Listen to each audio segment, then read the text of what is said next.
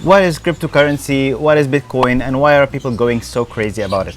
A lot of support, a lot of criticism, billions of dollars of worth in the digital currency market, and countries in the race to issue their own digital money. So let's have a deep dive in what it all means. Welcome back to my channel. I'm Zuma. I'm a tech savvy and a cryptocurrency enthusiast. In this video, we'll talk about what cryptocurrency is, what Bitcoin is, and the controversy between supporters and opposers around the cryptocurrency, and why people invest in such a volatile asset. And one disclaimer here before we get started: this by no means is a financial advice. I'm not a financial expert, and that is only for entertainment purposes. A few years ago, I started to notice that money is becoming more and more virtual. Unlike how we used to use cash in everyday transactions in early 2000s, we barely use cash these days, and we can go for days and weeks sometimes without using cash or even seeing it. And like everything becoming digital, I thought, what's the harm of even money to become digital as well? So first things first, what is cryptocurrency? So cryptocurrency is a form of money, but unlike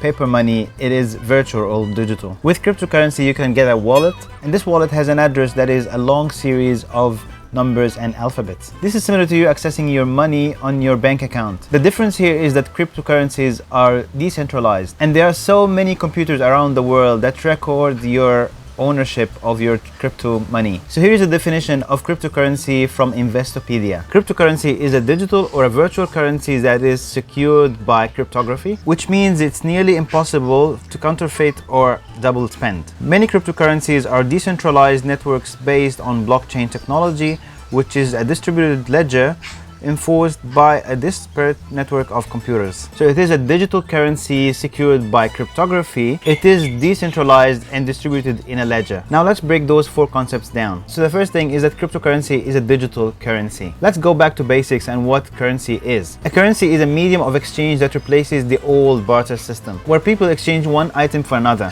So it is an abstract method that is widely accepted, where we exchange dollars or dirhams or euros for items. Money has some characteristics, and those characteristics still apply to cryptocurrency. The characteristics of money are durability, portability, divisibility, uniformity, limited supply, and acceptability. A cryptocurrency is a digital form of currency where those characteristics apply. Now for the ledger part, a cryptocurrency ledger is a bookkeeping system, something like a long spreadsheet. This ledger maintains participants' identities anonymously, their respective cryptocurrency balances, and a record of all genuine transactions executed by the network participants. The ledger is public, and anyone can access all of the data. For example, if I buy 2 bitcoins from Adam, then the ledger would record that Adam owes Zuma 2 bitcoins. And if Adam bought 1 bitcoin from Jane, then the ledger would say that Jane owes Adam 1 bitcoin. And for the decentralization, the genius of the cryptocurrency is that the authority that controls it is not one entity. It's rather copies of this same spreadsheet distributed among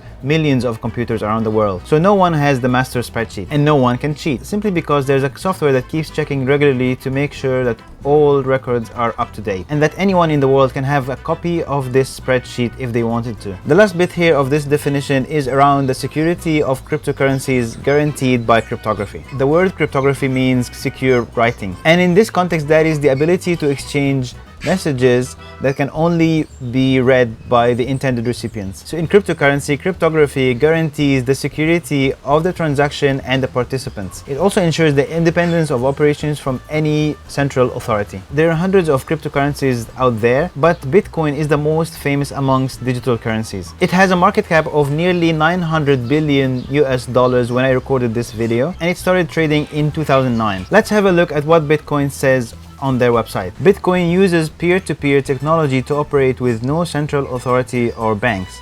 Managing transactions and the issuing of Bitcoin is carried out collectively by the network.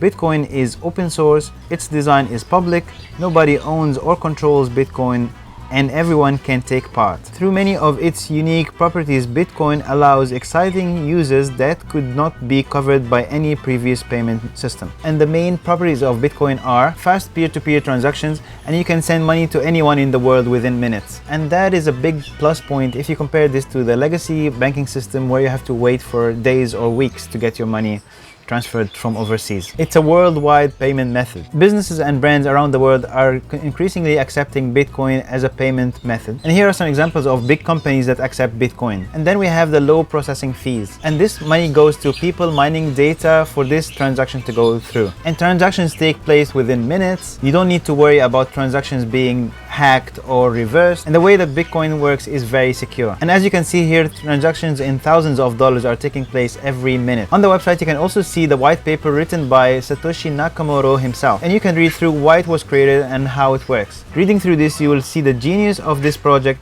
and how it changed our idea of money. So let's talk about the benefits of Bitcoin. So as we saw, Bitcoin can be very convenient as it offers benefits that fiat currencies cannot offer. It is decentralized, so no one controls it, unlike paper money where central banks and monetary funds can control its value. It is fast to transfer.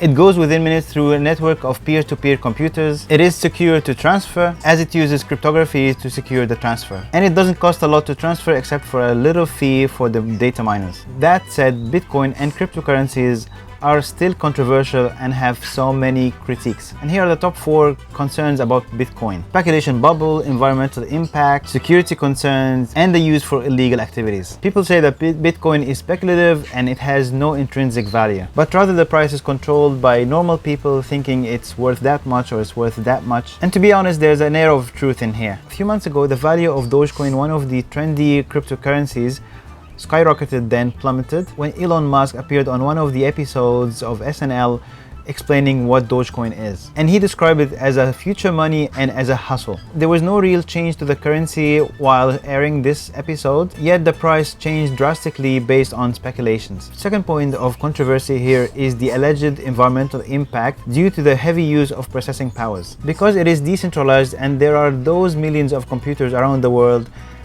working to process every transaction, opposers claim that this excessive use of computing power is harmful for the environment due to the carbon footprint. But supporters, on the other hand, argue that financial institutes around the world use far more electricity to run their systems every day. So one argument against another. The third concern is security. So cryptocurrencies are very secure, very decentralized, and every transaction is recorded. However, to trade cryptocurrencies, people normally use cryptocurrency exchanges like Binance and like Coinbase. And those are exchanges like money exchanges where you swap dollars for Bitcoin or euros for Ethereum, and those crypto exchanges are targets for hacking attempts. However, there's a solution for people who have this concern, which is to have a wallet on your computer to store your Bitcoins. A wallet is a virtual safe on your computer that is highly secured. The last of those concerns is that criminals like drug dealers and those involved in illegal activities use cryptocurrency as a form of payment for their illegal activities. So let's say someone wants to buy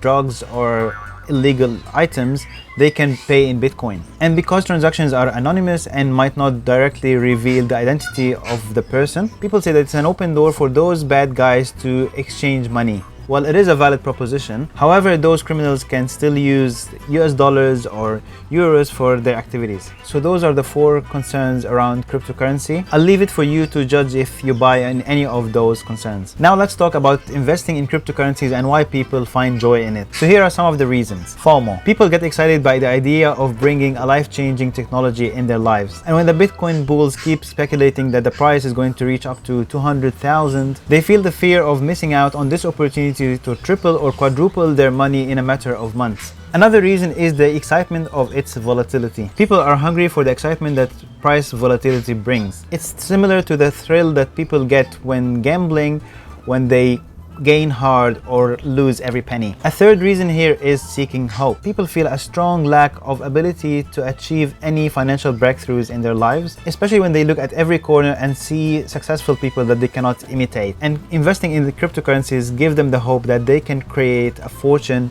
with a little investment. And the last is social pressure. From news about celebrities who invest in Bitcoin to cryptocurrency advocates on social media firing this frenzy, all of a sudden people have a new way to see finance and to have an identity of themselves as an influencer in the financial space. My advice to you, if you decide to invest in cryptocurrency, is to keep in your mind that you can lose all your money. So never depend on this money you're investing in crypto. And depending on your appetite for risk, it is advisable to invest only 1 to 10% of your portfolio in crypto. I hope you found this video useful. If you like the content of this video, feel free to like, share, and subscribe to support this new channel.